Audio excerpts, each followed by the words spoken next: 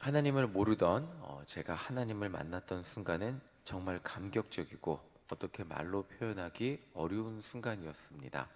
마음이 따뜻해지고 기도를 하고 또 계속해서 눈물이 났던 순간이었습니다. 그런데 제가 하나님을 만났다고 확신하는 그 순간, 수련의 저녁날 기도의 순간, 그 시간 길게 잡아도 고작 1시간에서 2시간에 불과했습니다. 하나님을 만나고 제가 가장 당황했던 것 중 하나는 하나님을 만났던 그 벅찬 감격이 그리 오래가지 않았다는 것입니다. 더 정확하게 말씀을 드리면 벅찬 감격의 뜨거움이 집에 와서 혼자 기도할 때 그리고 주일 예배 시간에 그 뜨거움 그 자체가 그대로 재현되지 않았다는 것입니다. 이스라엘 백성들 애굽에서 하나님의 놀라운 10가지 재앙이라는 기적을 체험했죠. 홍해가 갈라지는 기적을 보았죠. 광야에서 하나님이 먹이시고 입히시는 놀라운 기적을 체험했습니다. 그런데 그 기적의 감격을 매일 일상생활에 감격 그 자체로 뜨거움을 가지고 매일매일 1분 1초를 사는 것이 아니었습니다. 하나님의 백성으로 산다는 것은 매일 하나님의 기적만 체험하고 사는 것이 아니었다는 것이죠. 오히려 너무나 평범한 매일 살아가는 현실 속에서 내가 하나님의 백성으로 하나님의 법을 따르며 살아가는 것, 일상에서 차분함을 가지고 하나님이 백성이 되어서 살아가는 것을 의미했습니다. 하나님의 백성이 된다는 것은 애굽의 풍습과 법을 벗어나 하나님의 법과 율례를 따르며 하루하루, 그러니까 너무나 평범한 것 같은, 차분한 것 같은 일상을 사는 것을 의미했습니다. 이 법 가운데에는 하나님의 이스라엘 백성을 향한 하나님의 마음이 묻어 있는 것을 보게 됩니다. 우리 23장 1절을 다시 한번 읽어보겠습니다. 함께 읽겠습니다. 시작. 너는 거짓된 풍설을 퍼뜨리지 말며 악인과 연합하여 위증하는 증인이 되지 말며. 앞에 쭉 하나님의 법도가 나왔는데 여긴 또 하나님의 정의를 세우는 법도가 나옵니다. 지금 우리가 읽을 땐 너무나 당연한 이야기입니다. 한 사회를 유지하기 위해서 거짓된 소문을 퍼뜨리지 말고 정의로운 재판을 위해서 재판 시 거짓을 말하지 않는 것. 이러한 법 조항이 없으면 힘이 있는 사람은 누구나 힘이 있는 사람에게 유리한 말을 하게 됩니다. 그 사람이 나에게 무언가 해줄 수 있다고 기대하기 때문에, 아니면 그 사람의 힘을 어기면 나에게 무언가 불이익이 있다고 생각하기 때문에 이러한 법 조항이 없다면 당연히 힘 있는 사람에게 유리한 말을 하겠죠. 한 사회를 공정하게 유지하기 위해서 꼭 필요한 조항이고 오늘날 우리도 지키는 조항입니다. 2절, 3절도 같은 맥락으로 말을 하고 있습니다. 다수가 악을 주장한다고 해서 너도 그렇게 주장하면 안 된다. 3절에는 가난한 사람, 힘이 없는 사람이라고 해서 그 사람에게 불리한 증언을 하지 말라고 말을 합니다. 여기까지는 우리가 지금 보아도 너무나 당연한 명령입니다. 한 사회를 공정하고 정의롭게 유지하는데 꼭 필요한 내용이죠. 그런데 하나님의 마음은 구체적으로 4절을 통해 알 수 있습니다. 우리 4절을 함께 읽어보도록 하겠습니다. 시작. 내가 만일 내 원수의 길 잃은 소나 나귀를 보거든 반드시 그 사람에게로 돌릴지며. 예수님은 자신이 율법의 완성이라고 하시고 원수를 사랑하라고 하셨습니다. 예수님의 가르침의 배경에는 없는 이야기를 갑자기 딱 던지신 것이 아니라 구약의 율법이 있었다는 것입니다. 하나님은 분명히 이스라엘 백성들에게 원수의 길 잃은 소나 나귀를 보면 뭐라고 하시죠? 원수 거 만났으니까 잘 됐으니까 내버려 두라고 하십니까? 아니죠. 다시 집으로 돌려보내라고, 원수의 것이라고 할지라도 그 재산을 보호할 의무가 너에게 있다고 말을 하고 계십니다. 사람이 느끼는 정의는 이런 것이겠죠. 나를 힘들게 하는 사람, 저 사람은 못된 행동을 하고 사람에게 상처를 주었기 때문에 저 사람이 잘 되지 않는 것, 어떤 인과응보적 벌을 받는 것이, 그것이 정의일 것입니다. 그런데 하나님이 보시는 정의는 하나님이 창조물인 인간이 서로 도우며 사랑하며 사는 것일 겁니다. 비록 그 사이가 원수라고 할지라도 서로 피를 흘리며 서로의 재산을 빼앗고 저 원수가 잘 안 되기를 바라며 미워하며 사는 것이 아니라 원수라고 할지라도 그 안에서 서로를 보호하며 사는 것이 하나님이 원하시는 정의라고 하는 것이었습니다. 내 기준에 있어서 원수는 미움받기에 충분하죠. 때로는 지아가 인성이를 잃습니다. 인성이가 잘못했죠. 인성이도 지아를 잃습니다. 잘못했죠. 당연히 부모님께 혼나기에 충분한 죄를 지었습니다. 그러나 제가 바라는 마음은 지아와 인성이가 서로 부모에게 이르지 않고 사이좋게 노는 거겠죠. 서로의 단점을 보완해주며 서로를 위해서 함께 살아가는 것이겠죠.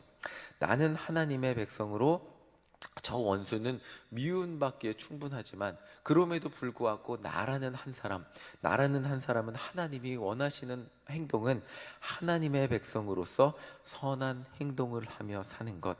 하나님의 백성으로서 저 원수를 미워하고 하나님께 저 원수를 이른다기보다는 하나님의 백성으로서 저 원수를 위해서도 할 도리를 하며 사는 것, 그것이 하나님의 백성의 삶이고 하나님이 원하셨던 사회 질서라고 할 수 있습니다. 오늘날 우리에게도 이 말씀은 꼭 필요한 것 같습니다. 원수의 안됨을 비는 것이 아니라 교회 안에서도 원수 같은 사람이 분명히 있겠죠. 그 원수의 안됨을 비는 것이 아니라 또 내가 살아가는 세상 속에서도 원수 같은 사람이 있겠죠. 그 원수의 안됨을 비는 것이 아니라 저 사람은 여전히 자기의 잘못을 모르고 자기의 실책도 모르고 여전히 똑같은 모습으로 살아가지만 그럼에도 불구하고 나는 그 사람을 위해서 선행을 하며 잘됨을 빌어주고 축복해주고 기도해주는 삶이 그리스도인이라는 것을 잊지 말고 살아야 한다는 것입니다. 그리고 바로 이것이 하나님이 원하시는 교회 안에서의 질서고 정의고 사회 안에서의 질서고 정의라는 것을 기억하며 살아야 한다는 것입니다. 자, 그래서 하나님은 23장에서 계속해서 저 공정한 사회의 정의로운 그림을 보여주시면서 원수의 재산을 서로 보호해 주어야 한다는 것을 말씀하고 계신 것입니다. 정의로운 사회를 위해서 하나님은 계속해서 모세를 통해 가난한 사람을 보호하고 뇌물을 받지 말고 나그네를 압제하지 말라고 말씀을 하고 계십니다. 그리고 하나님은 이제 절기에 대해서 말씀을 하십니다. 절기에 대해 말씀하시기에 앞서 하나님은 쉼에 대해서 말씀을 하십니다. 우리 12절 함께 읽어보도록 하겠습니다. 시작. 너는 엿새 동안에 내 일을 하고 일곱째 날에는 쉬라. 내 소와 나귀가 쉴 것이며 내 여종의 자식과 나그네가 숨을 돌리리라. 하나님은 엿새 동안 일하고 일곱째 날에는 쉬라고 말씀을 하십니다. 그런데 그 이유가 함께 일하는 사람들에게 쉼을 주기 위해서라는 것을 알 수 있습니다. 우리 11절 함께 읽어보도록 하겠습니다. 시작. 일곱째 해에는 갈지 말고 묵혀두어서 내 백성의 가난한 자들이 먹게 하라. 그 남은 것은 들짐승이 먹으리라. 내 포도원과 감람원도 그리할지니라. 6년 동안에 열심히 농사를 지으라고 합니다. 그런데 7년째에는 땅을 쉬게 하라고 그 땅에서 나오는 그냥 자연스럽게 나오는 소산물로 가난한 사람이 먹도록 배려하라는 것이었습니다. 하나님의 시선과 하나님의 마음에는 가난하고 힘없는 사람들, 그들을 향한 배려와 사랑도 묻어 있다는 것을 알 수 있습니다. 그런데 더 중요한 것이 있다면 일주일에 하루를 쉴 수 있는 7년 중 1년을 쉴 수 있는 여유가 너희에게 있어야 한다는 것입니다. 이 여유는 사실 하나님을 향한, 제가 이 말씀을 공부하다 보니까 한 학자가 이렇게 썼더라고요.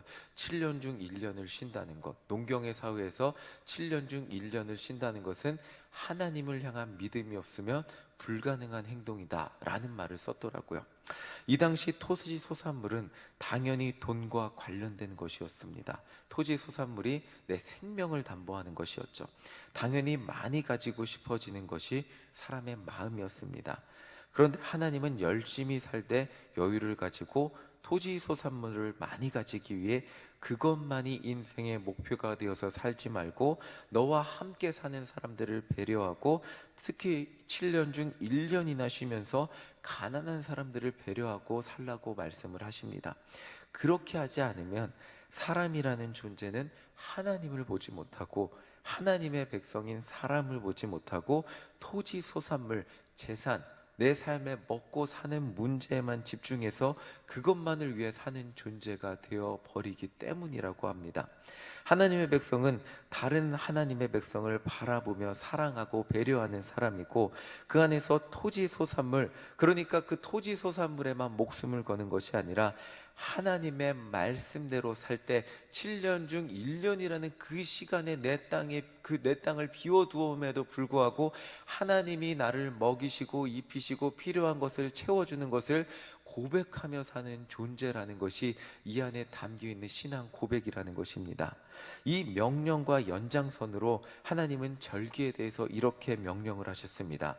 우리 15절 16절을 쭉 한번 읽어보도록 하겠습니다. 15절 16절입니다. 시작. 너는 무교병의 절기를 지키라. 내가 내게 명령한 대로 아비벌의 정한 때에 이래 동안 무교병을 먹을지니 이는 그 달에 내가 애굽에서 나왔음이라. 빈손으로 내 앞에 나오지 말지니라. 맥추절을 지키라. 이는 내가 수고하여 밭에 뿌린 것의 첫 열매를 거둠이니라. 수장절을 지키라. 이는 내가 수고하여 이룬 것을 연말에 밭에서부터 거두어 저장함이라. 하나님은 세 가지 절기를 말씀하셨습니다. 무교병의 절기는 이스라엘 백성들이 하나님의 능력으로 출애굽한 것을 기념하고 기억하며 지키는 절기였습니다. 보리 추수기에 지켰다고 합니다. 그리고 맥추절은 첫 열매를 거둘 때, 수장절은 추수할 때 지키는 절기였습니다. 이 절기들 모두 내가 살아가고 있는 것, 그리고 내가 거두고 있는 토지 소산물들이, 그 모든 것들이 하나님의 은혜임을 기억하게 하는 절기였습니다. 이러한 하나님의 명령의 핵심에는 광야에서 만나와 메추라기를 주셨던 하나님의 은혜를 가나안에 들어가서 농경사회에서도 그것을, 하나님의 은혜를 기억하면서 내 토지 소산의 근원이 내 노력이 아닌 하나님이라는 것을 기억하며 살게 하는 데 있다는 것이었습니다.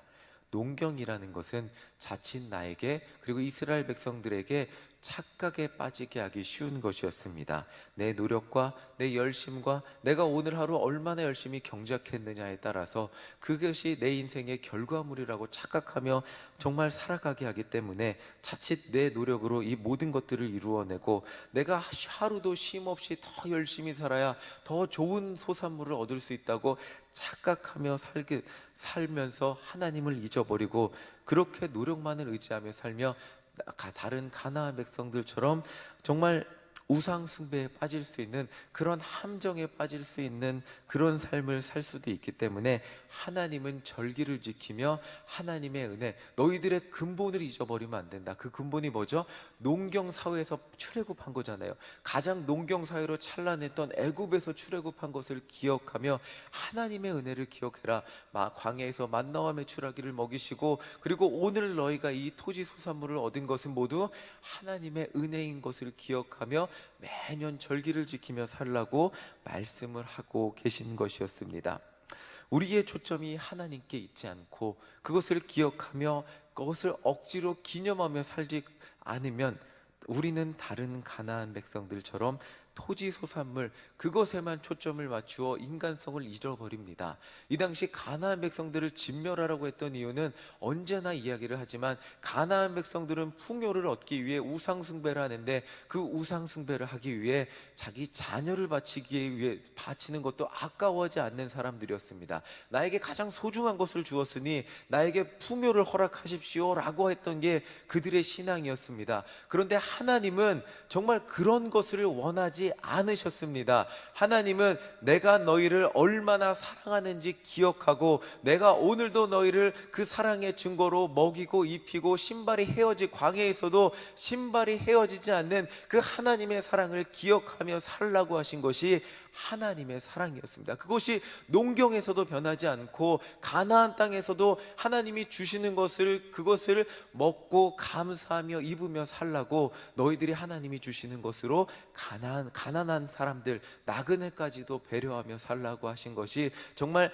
하나님이 주신 그 인간성, 하나님의 사랑을 잊지 말고 살라고 하신 것이 하나님의 마음이고 율례와 법도 가운데 그 사랑이 담겨 있었다는 것입니다.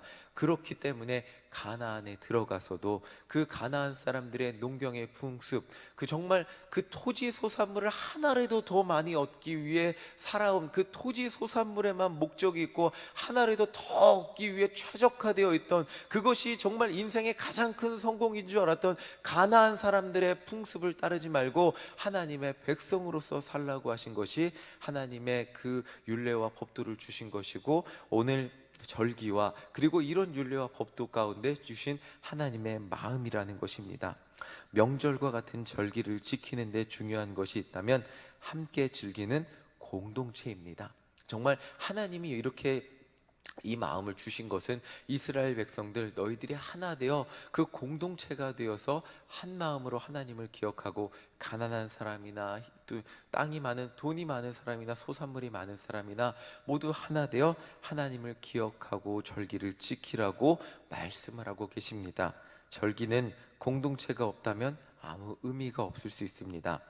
우리 모두 토지 소산물, 물건, 어떤 일의 업적이 목적이 되어 정말 그것만이 잘 되기 위해서 살아가는 것이 아니라 정말 우리 공동체, 일신교회라는 성도를 바라보며 내가 가진 것을 함께 나누고 정말 내가 가진 모든 것을 나누며 함께 잘 되는 것, 함께 예수님을 믿는 것, 함께 은혜 받고 하나님의 자녀로 살아가는 것이 목적이 되는 우리 모두가 되시기를 간절히 소망합니다.